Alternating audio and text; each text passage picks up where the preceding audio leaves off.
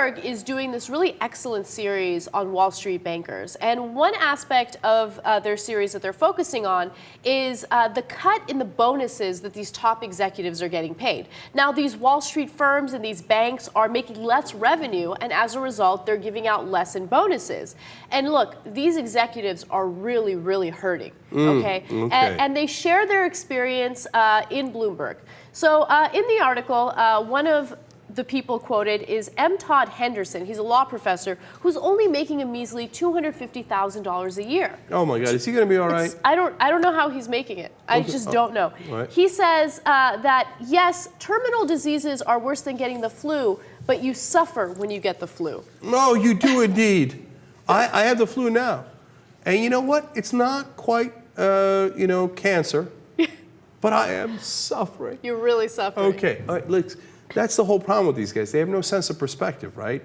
If you're making $250,000, shush. It's okay, it's okay. And I get it, you got to cut back a little bit. And I know it hurts you because you got used to it, etc. I get it.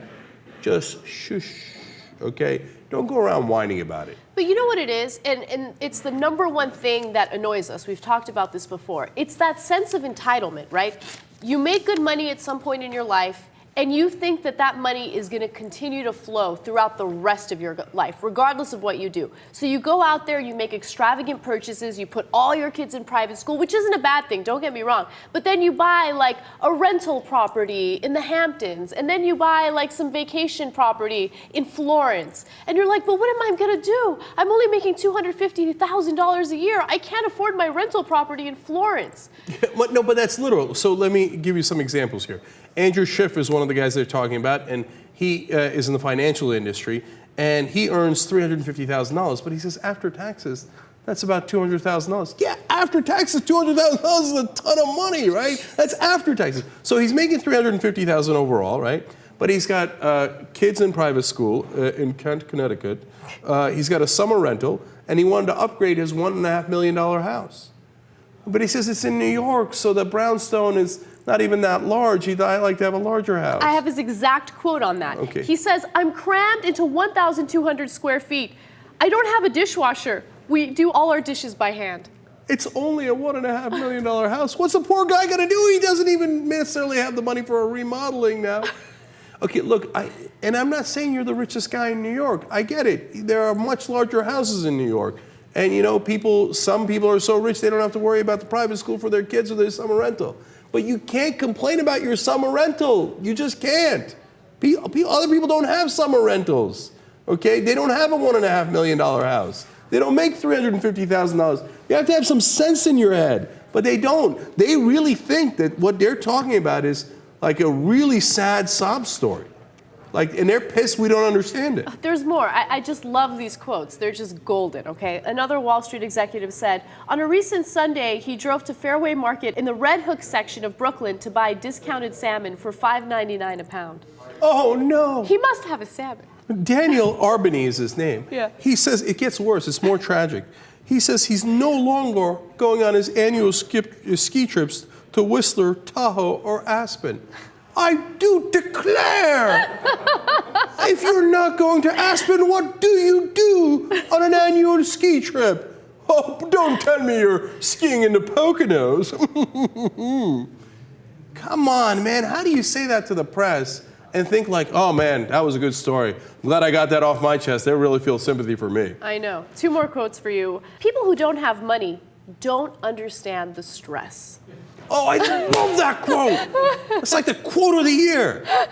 Like, if you don't have money, you don't understand how much it stresses us to have all of this money. Oh, are you all right, dog? Are you going to be okay? And then, if you lose some of the money and then you can't go to Aspen, or perhaps you have to come back on your summer rental, oh, you'll never understand that kind of stress. I mean, how do you not want to scream obscenities at these people? Have some sense, man. Here's Alana Weinstein. She's the chief executive officer of the New York-based search firm IDW Group. Those are headhunters that put all these guys in these lucrative jobs. And then they get compensated very handsomely for that, too. She says, quote, it's a disaster. The entire construct of compensation has changed. if they're only making $350,000, they're like, well, what am I supposed to do? How do I live? Where do I get my salmon? Look, you people, you gotta wake up to the rest of the world, man. The median household income in this country is $49,000, okay?